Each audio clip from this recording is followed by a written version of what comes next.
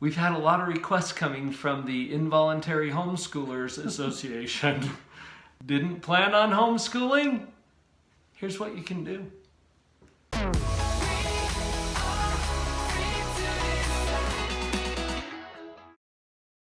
Like many of you, suddenly we're tasked with doing homeschooling. You know, I'm a speech language pathologist and I usually teach children right in person, and I'm suddenly tasked with doing this remotely, just like you are tasked with completing your child's education for the school year remotely. So one of the things we want to do is to focus on what you can do, because obviously you can't give them the exact same experience that they had while they're in school. Well, this is true, and homeschooling is not the same as school at home. In other words, you don't have to bring every experience and everything that the kids were experiencing in the classroom to your home. This is a different environment.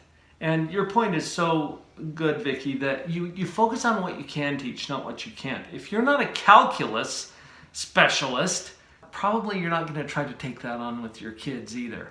You have skill sets and knowledge that you can use. Let's focus on that. Vicki, as you've been working with parents who are doing this now, have you noticed that right at first, there's a lot of energy, there's a lot of, okay, I can do this, right? And you jump in with both feet and enthusiasm, and then it kind of drains. It started to drain. Expect the brain drain. You know, it reminds me a little bit of when our first son was born. And I was like, oh, he's going to be clean. He's going to be neat. He's not going to have dirt everywhere. And then, you know, you walk out there and he's got 2 rocks in his mouth and mud is dribbling. You're like, you know, you can only do so much. So you expect it to kind of come down off the high. And reality will set in, okay? So be ready for that. Expect it, plan for it. And let's just give each other a little bit of permission here to be human and to settle into whatever that new normal is going to be for us. Definitely. This next point is super important in my opinion, because I see a lot of people saying, you know, there's no beginning, no end to my day now. There's just constant go, go, go, go. Yeah. And so I think it is important to get a schedule.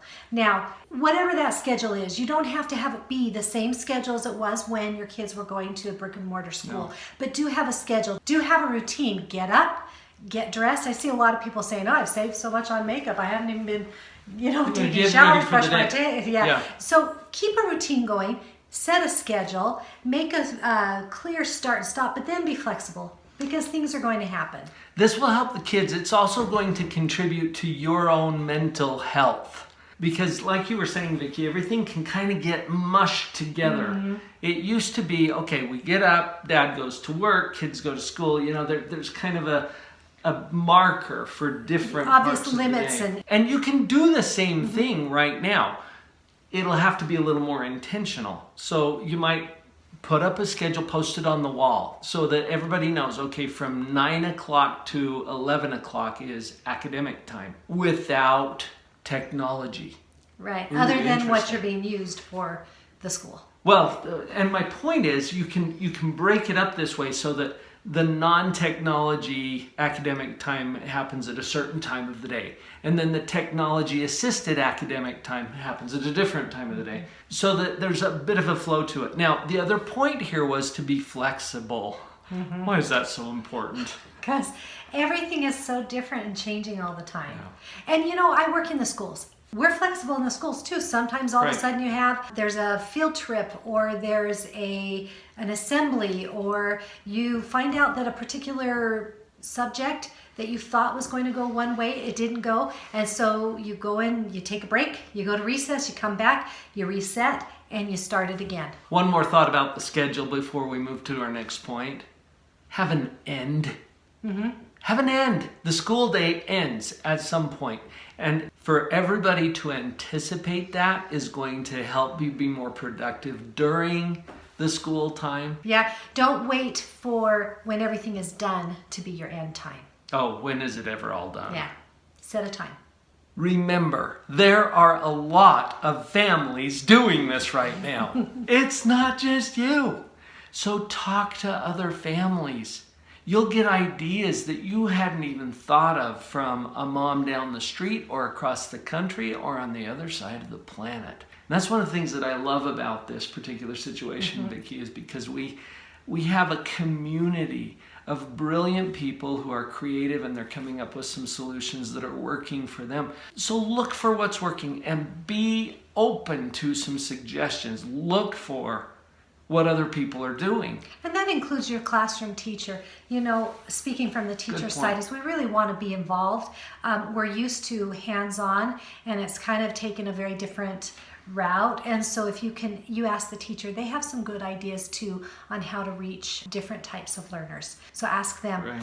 Now, there is a warning with this, asking other people and seeing what other people are doing.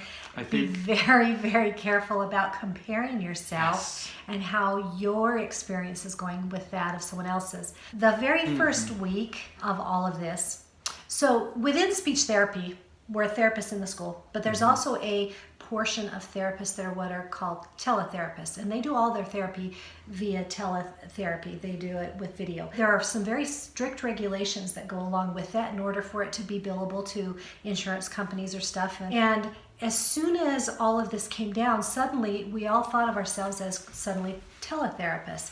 Well, we're not.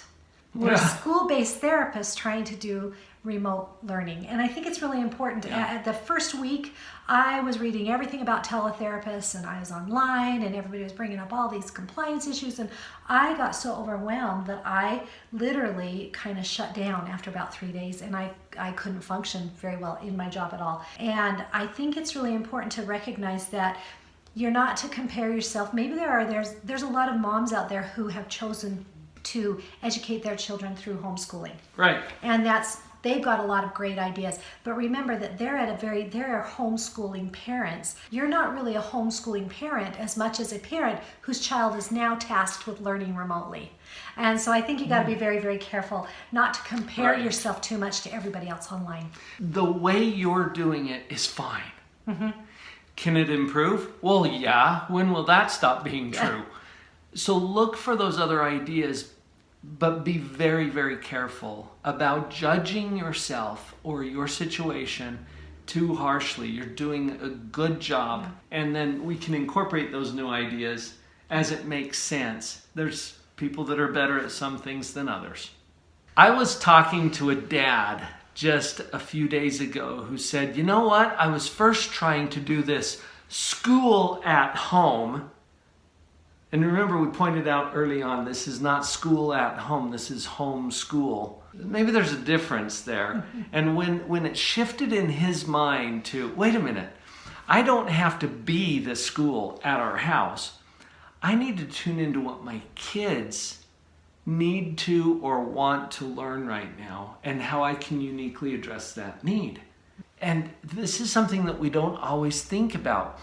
One of the problems, I think, inherent in the public school system is that it's one plan for all the kids. Very task-based. Yes, and it's kind of a one-size-fits-all. Now, we try to do some individualized plans for kids. Very well. Many teachers are very good at that. Yes, but for the most part, the system is kind of geared toward the masses. You don't have to do this at home. You can be very, very specific and customized for your child. So it would be a great idea to just get some of their ideas. What do you want to learn about? And what if your child says, I want to learn about the stars or dinosaurs? Or they'll probably come up with some things like this, right? Why not? This is a great opportunity for you guys to delve into that together and get their input about to really foster a love for learning. Yeah. Now is a great time to foster love for learning. And honestly, if we could really have that be our focus, then all of the knowledge will come eventually. The different aspects and the formulas and the information you can get. I mean, think about it. What history class? More history classes are wasted on the high schoolers than as an adult. I would love to learn history. You want to know it now. I know, but as a high school student, it was just to learn that or just to get through the test. So instill a love of learning. Yes, learn how to learn right now. That'd be great. You know, Vicki, there are so many opportunities on a daily basis to learn things from the things that we're doing anyway. Right. Like cooking, for Yeah. example. You know how sometimes you just kind of shoo the kids out while you fix dinner? Why not have this become a culinary class? Yeah. And, Right. and you could do a lot of things with time. You could do a lot of things with math. You could do quite a few different things, spatial relationships, lots of different things that you could address. Could even throw in a few vocabulary words. Learn as you go. Taking a walk, exploring the backyard. Simple things like this can be rich with learning activities. And another thing that you might have noticed is that you've still got to do your thing. Yeah. In addition to assisting your kids right now, you're still doing your thing. Well, and a lot of you are working remotely from home too. And so I've thought a lot about this with all of the teachers who are now teaching remotely, who also have children at home, who they are trying to facilitate their education. Right. And so you need to do your own thing as well. And remember that the number of hours that they were in the school are not the same number of hours that they need to be doing schoolwork at home. Right. That all gets to be flexible. So use the activities you already have to do. And consider this for a minute. What in your work or your typical activities for the day, things you need to get done, what could be used or multi-purposed for helping your kids to learn something? Yeah. You might just say, hey, watch while I do this for a little bit, and then let's talk about what you learned from it. That's just an idea. Use whatever it is that's already going on in the home as an opportunity to learn. I think one of the pressures that we all face is the social expectation that we somehow need to keep up or catch up. Yeah. Because the kids aren't going to the school right now, it might feel like, well, I have to make sure that they get through all of this material or catch up from what they've missed. No. Let's just remove that expectation, can we? Have you seen that as well? Yeah, yes, definitely. And it is tricky. You want to do the best you can, and you want to expose them to the things. The teachers have thought this through, and most teachers have made a list of the absolute essentials. See if you can hit those, but don't worry about catching up to everything. Right. No keeping up, no catching up. Let's do what we can with what we've got. And like we've said sometimes on this channel, when you know better, do better. Keep learning, keep your eyes open, share some ideas with each other. There's lots of challenges that you're up against right now. We've got lots of resources. I don't know if you were aware that we're providing programs and coaching and groups for parents like you. Jump on over to drpauljenkins.com where you can get a free copy of my book and you can find out more about those other resources that are available to you. Her head was down, face locked onto the phone.